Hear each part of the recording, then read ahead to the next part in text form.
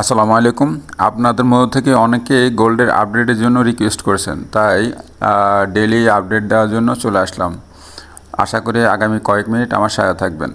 আপনারা জানেন ইতিমধ্যে গোল্ড কিন্তু অনেক ডাউনফল করেছে, তো এর মধ্যে হাই টাইমে লিকুইডিটি নিয়েছে। তো আমরা এটা দেখব হাই টাইমে যে লিকুইডিটি জোন আছে ওই জোন থেকে গোল্ড বাউন্স ব্যাক করার সম্ভাবনা কতখানি, আর যদি করেও তাহলে সেটা সিমটমগুলো কেমন হতে পারে আমি সেটা চার্টের মাধ্যমে দেখানোর চেষ্টা করব। আর একটা দেখাবো কোন কন্ডিশন মিট করলে আমরা গোল্ডে বাইয়ের দিকে ট্রেড নেব, আর যদি সেই কন্ডিশনগুলো মিট না করে তাহলে আমরা সেলের দিকেই থাকবো। তো আসেন আমরা চার্টের মধ্যে যাই। তো 4 আওয়ার টাইম ফ্রেমে স্টিল ক্লিয়ারলি বায়াস কিন্তু সেলের দিকে, কিন্তু সাবজেক্ট হলো এই জায়গাটায় হলো হাই টাইম ফ্রেমে লিকুইডিটি জোন, যেটা হলো 4100। এই জোনের পরে টোটালটা লিকুইডিটি জোন। এখানে গোল্ড অলরেডি চলে আসছে, হাই টাইম ফ্রেমে লিকুইডিটি নিয়ে ফেলছে। এখন আমাদের খেয়াল রাখতে হবে এই জায়গায় গোল্ড কী তৈরি করে। তো এই জায়গায় বেসিক্যালি আমরা কোনো ট্রেড নেব না। তো এই জায়গায় যদি আমরা কোনো সেটআপ আসে তখন আমরা ট্রেড নেব। তো চলেন এটা আমরা আরও ডিটেলসে দেখি।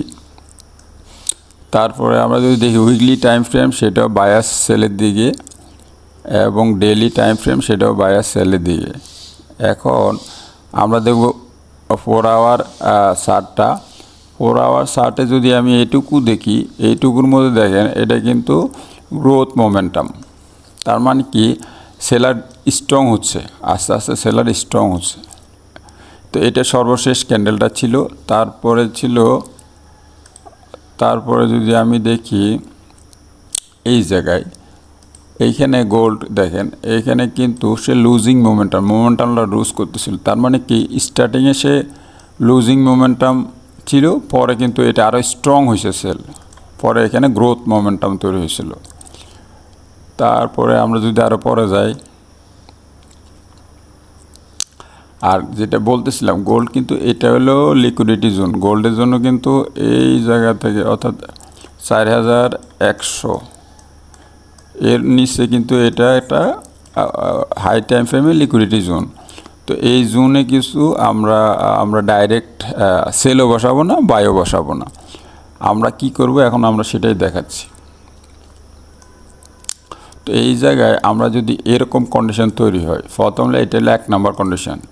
যদি এইখানে আমার এই ক্যান্ডেল লাস্ট ক্যান্ডেলকে যদি ব্রেকআউট হয়, যদি আমার এমন কোনো বুলিশ ক্যান্ডেল তৈরি হয় এখানে যেটা আমার লাস্ট বেয়ারিশ ক্যান্ডেলকে ব্রেকআউট করছে স্ট্রংলি, তাহলে আমরা তখন কি করব, তখন কিন্তু আমরা এই যে ব্রেকআউট ক্যান্ডেলের হাই লো মার্ক করব। হাই লো মার্ক করে আমরা এই পর্যন্ত আসা পর্যন্ত ওয়েট করব গোল্ড। কারণ এইখানে আপনি হয়তো এই 4 আওয়ার ক্যান্ডেলকে ব্রেকডাউন করলে এখানে ডিসকাউন্ট জোনে ফেয়ার ভ্যালু গ্যাপ পাবেন, অথবা এখানে অর্ডার ব্লক পাবেন, অথবা কোনো আইডিএম পাবেন, যে আইডিএমে কিন্তু লিকুইডিটি জমা করে কিন্তু লিকুইডিটি নিয়ে কিন্তু উপরের দিকে মুভ করবে। তো এই বায়াসটা তৈরি হলে কিন্তু আমরা বাইরের দিকে ট্রেড খুঁজবো, সেটা আবার 4 আওয়ার ক্যান্ডেলের এই যে ডিসকাউন্ট জোন থেকে। এটা হলো কন্ডিশন 1। কন্ডিশন 2, যদি একটু আগে যেটা দেখালাম এটা কিন্তু ইনভার্টেড হ্যামার। তো ইনভার্টেড হ্যামার তুলনামূলক উইক। তো এখন আজকে 4 আওয়ার, তো আরও 1 ঘন্টা বাকি আছে এই ক্যান্ডেলটা কমপ্লিট হইতে। তো এইখানে এটা হবে হ্যামার। তো যদি হ্যামার হয় তাহলে ব্যাপারটা এরকম হবে, এটা আরও স্ট্রং হবে। যদি এখানে হ্যামার হয়, যদি এই জায়গায় হ্যামার হয় তাহলে কিন্তু ট্রেড আরও স্ট্রং হবে। ইন দ্যাট কেস আমরা সেম 4 আওয়ার ক্যান্ডেল এগুলো 4 hour candle high low mark করলো এটা ডিসকাউন্ট জোন, অর্থাৎ 61 ফিবোনাসি লেভেলে 61 অথবা 78 থেকে আমরা ট্রেড নেব, এবং ওই লেভেলগুলোতে আমরা দেখব এখানে এফবিজি অথবা অর্ডার ব্লক আছে কিনা ডিসকাউন্ট জোনে। 4 আওয়ার ক্যান্ডেল ডিসকাউন্ট জোনে, এটা আমি এই জোনটাকে মিন করতেছি। তাহলে আমরা এই পর্যন্ত আসার জন্য ওয়েট করব, তারপর আমরা ট্রেড নেব। এখানে কি থাকবে আমি বলছি, অর্ডার ব্লক থাকতে পারে ডিসকাউন্ট জোনে, এফবিজি থাকতে পারে, অথবা আইডিএম থাকতে পারে।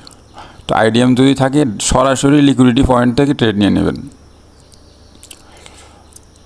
এটা ছিল আজকের আপডেট। তো আমরা গোল্ডের এই লাস্ট ক্যান্ডেল ক্লোজ হওয়ার জন্য অপেক্ষা করব। এখন আমরা যেটা করতেছি, এই লাস্ট ক্যান্ডেল ক্লোজ হওয়ার জন্য অপেক্ষা করতেছি। এটা যদি এই কন্ডিশনগুলো মিট করে তাহলে আমরা বাইরের দিকে ট্রেড নেব।